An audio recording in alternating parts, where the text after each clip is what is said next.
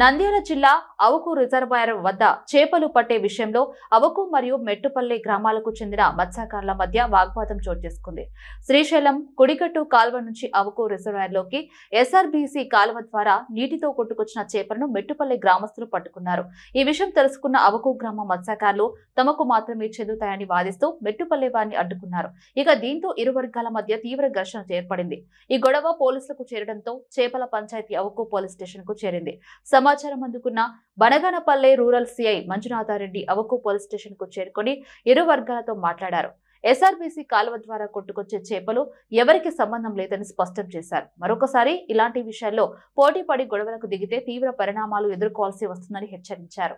పట్టుకున్న చేపలు ఎవరికి చెందవని వ్యాపారస్తులకే చెందుతాయని తేల్చి చెప్పారు. సిఐ మంజునాథారెడ్డి జోక్యంతో చేపల గొడవ సద్దుమణిగింది.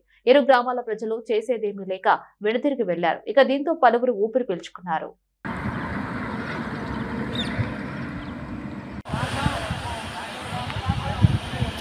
అవగలతో ఏం పని చేస్తాం మన తెలుగులతో మాట్లాడారు అవుగున పెద్ద మళ్ళీ దిగేది పెడతాను అలా బిల్ల వాళ్ళదే గమనంలో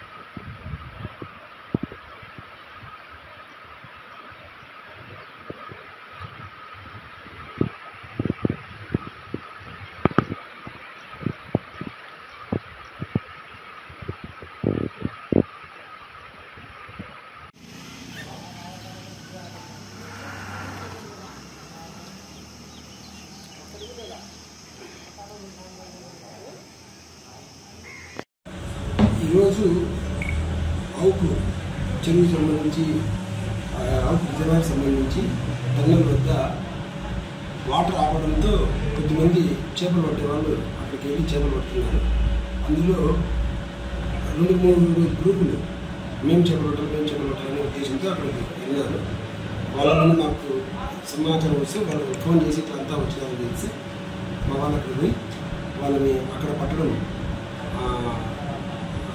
నిషేధం అని చెప్పి అక్కడి నుంచి అందరినీ కూడా పిలిపించేసాం. ఆ టన్నెల్ ప్రాంతం అనేది కొద్దిగా ఇంకా వర్క్స్ కంప్లీట్ కాలేదు.